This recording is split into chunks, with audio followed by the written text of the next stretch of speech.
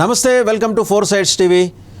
Andhra Pradesh assembly నియోజకవర్గాల విశ్లేషణలో భాగంగా ఇప్పటిదాకా మనం శ్రీకాకుళం జిల్లాలోని బోల్డని నియోజకవర్గాల గురించి మాట్లాడుకుంటూ వచ్చాం. 2009లో ఉణుకూరు నియోజకవర్గం రద్దయిన తర్వాత 2009లో రాజాం నియోజకవర్గం అసెంబ్లీ నియోజకవర్గం ఏర్పాటైంది.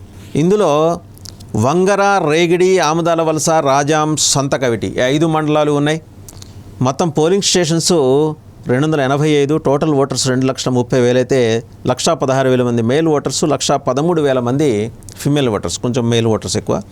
వైఎస్ఆర్ కాంగ్రెస్ పార్టీ 2 సార్లు, కాంగ్రెస్ పార్టీ ఒక్కసారి గెలిచాయి. మొత్తం జరిగిన ఎన్నికలు 3. ఎస్సీలు 3 సార్లు గెలిచిన వాళ్ళని బహుశా రిజర్వ్డ్ కాన్స్టిట్యున్సీ కావటం వల్ల.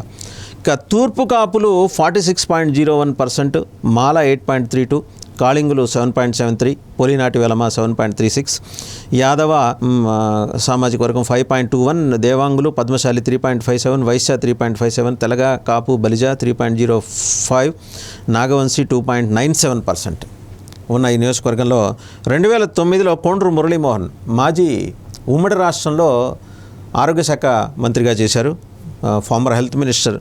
ఆయన ఒకసారి గెలిచారు ఇక్కడి నుంచి. 2014, 2019లో ఎస్సీ సామాజిక వర్గానికి చెందిన కంబాల జోగులు వైఎస్ఆర్ కాంగ్రెస్ పార్టీ నుంచి గెలిచారు. సో ఈ నియోజకవర్గం కూడా ఈరోజు వైఎస్ఆర్ కాంగ్రెస్ పార్టీకి చాలా ప్రతిష్టాత్మకంగా మారింది.